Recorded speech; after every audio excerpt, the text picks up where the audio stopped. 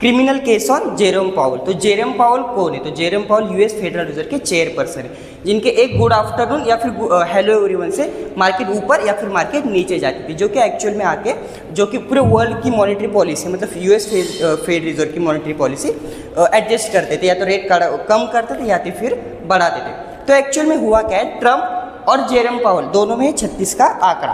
तो उस टाइम पे होता क्या है, यूएस के जो प्रेसिडेंट है ट्रम्प, वो चाहते हैं कि जो कि जेरोम पावल है वो जो है रेट कम कर दे, लेकिन एक्चुअल में रेट कम करना इतने आसानी से होगा नहीं, क्योंकि अभी इकोनॉमी स्टेबल रेट पे चल रही है। लेकिन अगर हम देखा जाए तो जो कि ट्रम्प है उनका मानना है कि मेरे जब कार्यकाल में, अभी जब मैं प्रेसिडेंट हूँ, तो स्टॉक, बिटकॉइन, गोल्ड, सिल्वर, ये सारे के सारे ओवर पावर्ड हो जाए, सारे के सारे बढ़ जाए, ताकि लोगों को ऐसा लगे कि मेरे कार्यकाल में मार्केट या फिर सारी की सारी चीज़ें अच्छी चल रही है। लेकिन एक्चुअल में ऐसा करना काफ़ी धोखादायक हो सकता है पूरे की पूरी वर्ल्ड इकोनॉमी को।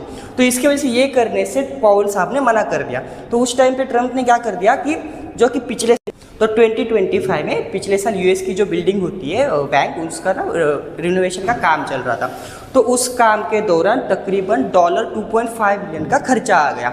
तो वो सारे खर्चे को मतलब अच्छी तरीके से खर्चा नहीं किया, उसमें स्कैम के ऐसे एलिगेशंस जेरोम पावल पे लगा दिए।